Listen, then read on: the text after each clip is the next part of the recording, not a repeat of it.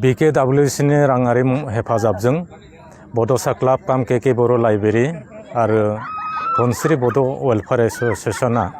जथायैनो उरियाम खाननि रंजाली नगर जयन्ती पुलिस स्टेडियामाव थांनाय 24 जुननिफ्राय फुटबल बादायलायनाय बेहाय गेलेहोदोंमोन आरो बे फुटबल बादायलायनायाव जोंनि गुलाघाट आरो खाथिनि नागा रायजोनि गासै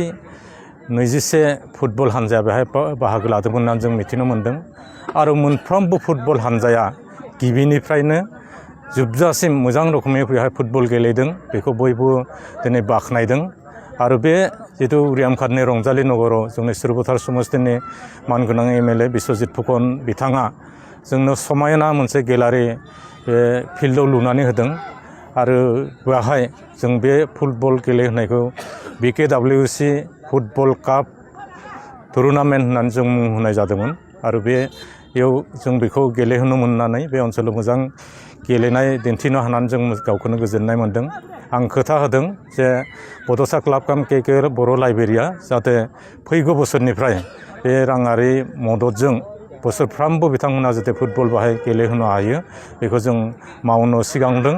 आरो बेवहाय दिनै जोंनि डिपुटि चिफ रमिय' नार्जारि मानगोनां बिथां आरो सुरबुथार क' जिल्लानि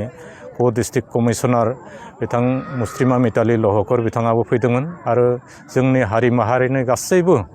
दैदेनगिरि बिथांमोना बेहाय बाहागो लादोंमोन रायजो राजाफ्रा 10,000निबो बारा रायजो राजा बेहाय बाहागो लादोंमोन आं साफ्रोमनोबो दिनै आंनि गोसो गोरबोनि मोजां मोननाय आरो सिबिनायखौ आं बिथांमोननो जासिबाय आरो दिनैनि जोबथा गेलेनायाव लतापुर फुटबल हानजा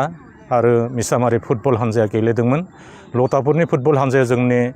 बर' आरो गुबुन गुबुन प्लेयारफोरा दङमोनब्लाबो जों मख'नो नांगोन जे मिसामारि फुटबल हानजायाव गासैबो डिमापुरनि नागा गेलेगिरि बिथांमोना दङमोन आरो बिथांमोना बिराद मोजां गेलेदों आरो दिनै लतापुर फुटबल हानजाया बिथांमोनखौ 1-0 गलाव माने फेजेननानै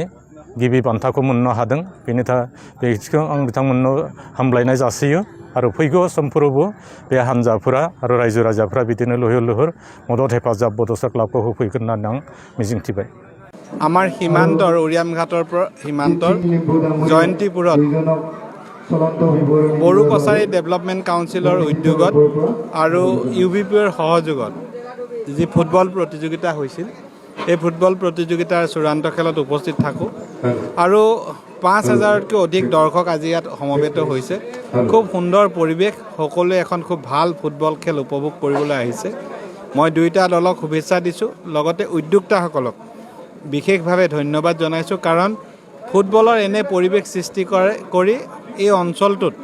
এটা সম্প্ৰীতিৰ বাৰ্তাও সৃষ্টি কৰিছে কাৰণ আজি ফাইনেল খেলত এটা দলৰ প্ৰায় সকলো খেলুৱৈ নাগালেণ্ডৰ খেলুৱৈ আৰু ইটো দল আমাৰ স্থানীয় খেলুৱৈ গতিকে ক্ৰীড়াই এক সমন্বয় সৃষ্টি কৰে